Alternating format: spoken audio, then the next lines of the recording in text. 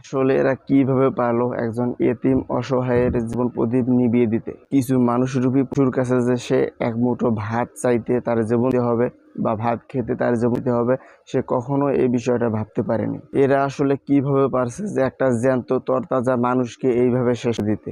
কোনো মানুষ এমন কাজ করতে পারে না। এই তোপাজ জলকে খিদা লাগলে সে মানুষের কাছ থেকে 2 টাকা 4 টাকা 5 টাকা চেয়ে নিয়ে খেত, কারোর জিনিস কখনো চুরি করতো না, এমনকি এলাকার কোনো মানুষের ক্ষতি পর্যন্ত করে নাই। ওই কাজের সঙ্গে যারা জড়িত ছিল, একজনকে যখন ধরার পর জিজ্ঞাসা করা হয় যে আপনি কি কারণে তার সঙ্গে এই ধরনের অমৌলিক আচরণ করেছেন, তো সে বলছে যে আমি আবেগের বশে তার সঙ্গে এই ধরনের আচরণ করেছি। এখানে একটা মূল বিষয় হলো যে দেখেন, এখন যদি জনগণ আবেগের বশে তার সঙ্গে কোনো ধরনের আচরণ করে তাহলে বিষয়টা কেমন হবে। এখানে একটা মূল পয়েন্ট হলো যে সে আবেগের বশে চাইলে একটা চর থাপ্পড় বা তার হাত পা ভেঙে দিতে পারতো, কিন্তু আবেগের বশে সে যে একটা মানুষের জীবন নেবে, এটা কতটা যৌক্তিক কাজ?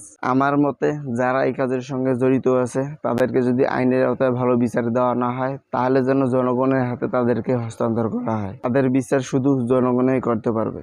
ওই সময়ের কিছু কিছু ভিডিও ফুটেজ আছে, সেই ভিডিও ফুটেজগুলো দেখলে চোখের পানি ধরে রাখার মতো না, যে কোনো মানুষের সঙ্গে এই ধরনের আচরণ করতে পারে। সে একদম নিস্তব্ধ হয়ে গেছিল, সে কিছু বলতে পারে নাই তার সঙ্গে যে এই ধরনের আচরণ করা হচ্ছে। ভিডিও ফুটেজের মাধ্যমে দেখা যাচ্ছে যে সে 2 হাত তুলেছে যেন তাকে ভিক্ষা দেওয়া হয়, কিন্তু তারপরেও মানুষ নেবে পিছাসা তাকে ছাড়েনি। সে অনেক বাঁচতে চেয়েছিল, কিন্তু তাকে বাঁচতে দেওয়া হয়নি।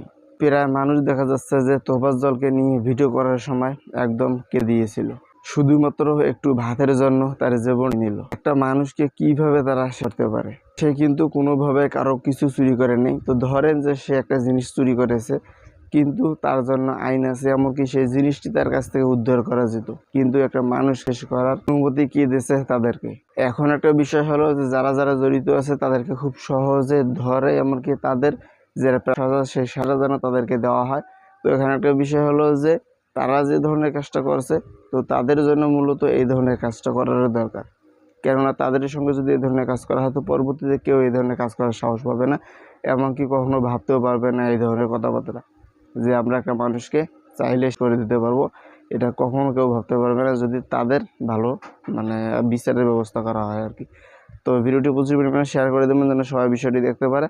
আর চ্যানেল নতুন হলে অবশ্যই আমাদের চ্যানেলটি সাবস্ক্রাইব করে পাশে থাকবেন। দেখা হবে নতুন কোনো ভিডিওতে। আল্লাহ হাফেজ।